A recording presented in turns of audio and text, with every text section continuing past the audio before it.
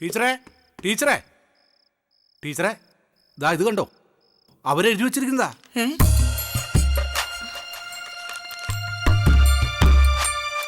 നീ ഒന്ന് വായിച്ചേ. പ്രിയപ്പെട്ട അമ്മയ്ക്ക്,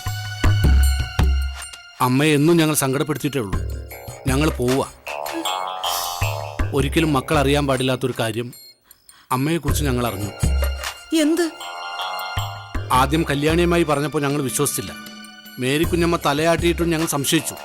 ഇതെന്തോന്നാ? മൂത്ത മകനോടായിരിക്കും അമ്മയ്ക്ക് ഏറ്റവും കൂടുതൽ സ്നേഹം. അത് ഞങ്ങൾക്കറിയാം.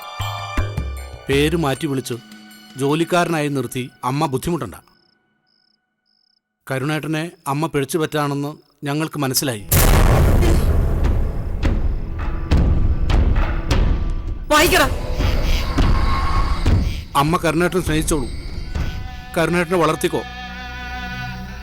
ദിവസങ്ങളായി ഞങ്ങൾ നിങ്ങളെ നിരീക്ഷിക്കുകയായിരുന്നു. എല്ലാം മനസ്സിലായതുകൊണ്ടാണ് ഇങ്ങനൊരു തീരുമാനമെടുത്തത്.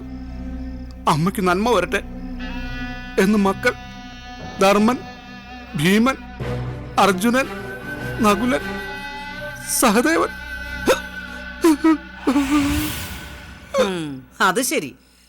അപ്പൊ അതാണ് കാര്യം. അവളുമാര് പറഞ്ഞു കൊടുത്ത് അവരെ വഴി തെറ്റിച്ചതാ.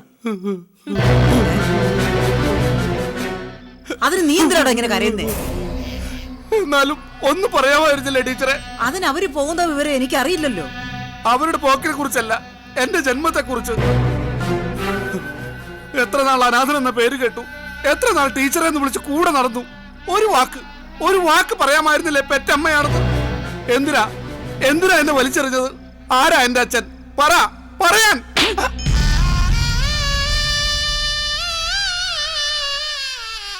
തോന്നിയാസം പറഞ്ഞ കൊന്നുകളാൻ ഞാൻ.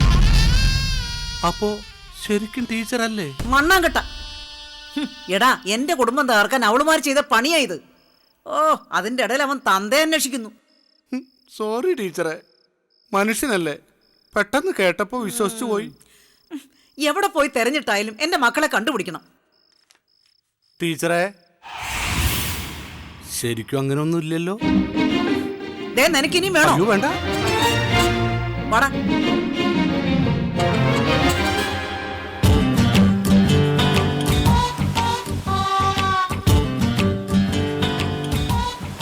അമ്മ ഇപ്പോ കത്ത് കണ്ടിട്ടുണ്ടാവുമല്ലേ? നമ്മൾ ചെയ്ത ത്യാഗം അമ്മയ്ക്ക് മനസ്സിലാവും അല്ലേ ഏട്ടാ? അമ്മ നമ്മളെ അന്വേഷിച്ചു വരുമോ? വരില്ല. അമ്മ ചെയ്ത തെറ്റ് നമ്മൾ കണ്ടുപിടിച്ചില്ലേ, ചമ്മലുണ്ടാവും. നമ്മളിനി എവിടേക്ക് പോവും? എങ്ങനെ ജീവിക്കും? ജീവിക്കൽ എങ്ങനെയെങ്കിലുമൊക്കെ ജീവിക്കാം. എങ്ങനെ ഭക്ഷണം കഴിക്കുമെന്ന് പറ.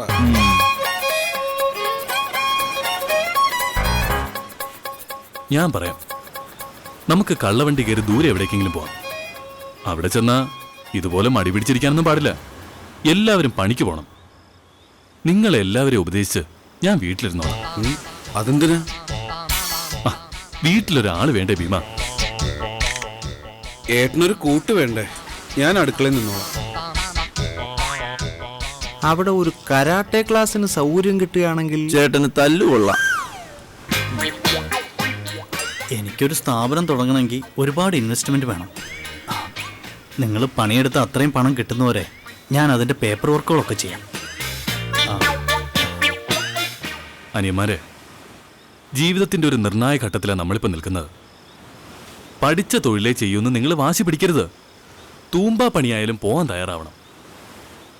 നിങ്ങളെ ഉപദേശിക്കാൻ ഈ ഏട്ട മുമ്പിലുണ്ട്. നമ്മൾ ഇപ്പൊ എവിടെ പോവും അത് പറ. കുറച്ച് കഴിഞ്ഞിട്ട് റെയിൽവേ സ്റ്റേഷനിലേക്ക് പോവാം. നല്ല രാത്രിയാവുമ്പോൾ ട്രെയിനിൽ കയറാം.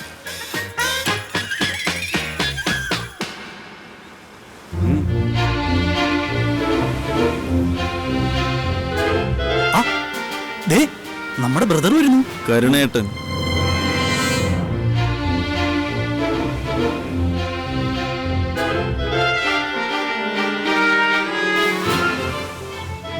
ഞങ്ങളുടെ കത്ത് കിട്ടിയോ? കിട്ടി. കരുണേട്ടനെങ്കിലും ഒന്ന് തുറന്നു പറയാമായിരുന്നു. പൊയ്ക്കോളൂ കരുണേട്ടാ, ഞങ്ങൾ ഞങ്ങളുടെ അമ്മയെ വിട്ടു തന്നതാ. നിർത്തടാ വൃത്തികെട്ടവന്മാരെ. ഒരു കത്തെഴുതി വെച്ചിട്ട് എന്റെ കരണം പോന്നു. നിങ്ങൾക്കും കൊണ്ടുവന്നിട്ടുണ്ട്. ദാ അയ്യോ അയ്യോ ചേട്ടാ ഏട്ടാ അമ്മ അമ്മ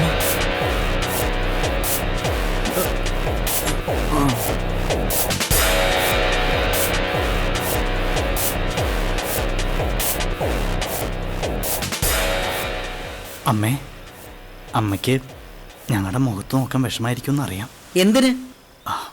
അമ്മ തെറ്റ് ചെയ്തതല്ലേ? തുടക്കം അടുത്ത നിലക്ക.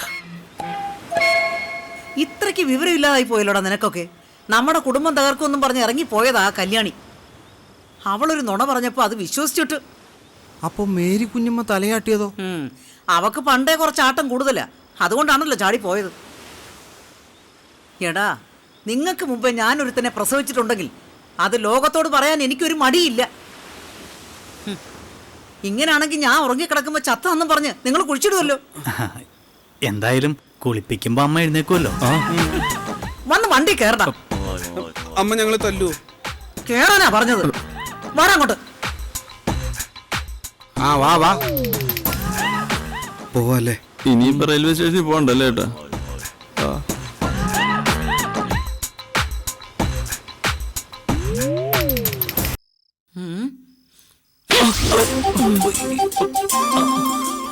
അമ്മയെ വിശ്വാസമുള്ളൊരു മക്കള് ഈ നിലയ്ക്ക് വേറെ എന്തെങ്കിലും പറഞ്ഞു തന്നിരുന്നെങ്കിൽ നിങ്ങൾ എന്നെ കൊല്ലുമായിരുന്നല്ലോ.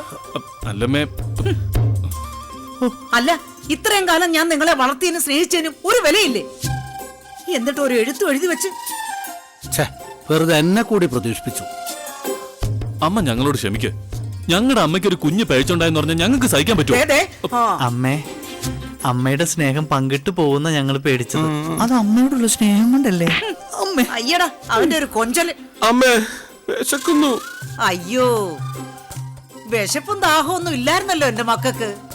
അമ്മേ, ഏ? സങ്കടം കൂടിയിട്ട് എന്റെ മുഖത്തിന് ഭംഗി നിന്നോടൊന്നും സംസാരിച്ചിട്ട് ഒരു കാര്യമില്ല.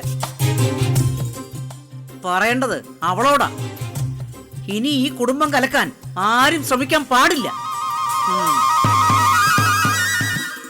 ആ, ഞാൻ എന്തെങ്കിലും ഉണ്ടാക്കാം. കഷ്ടപ്പെട്ടിരിക്കില്ലേ?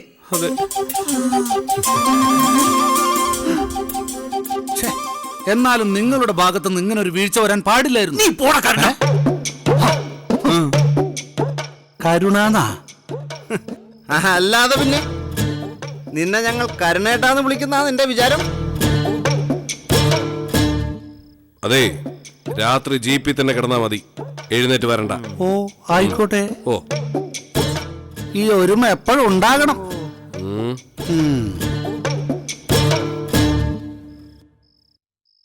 ഛേ, അമ്മയെ സംശയിച്ച് തീരെ ശരിയായില്ല.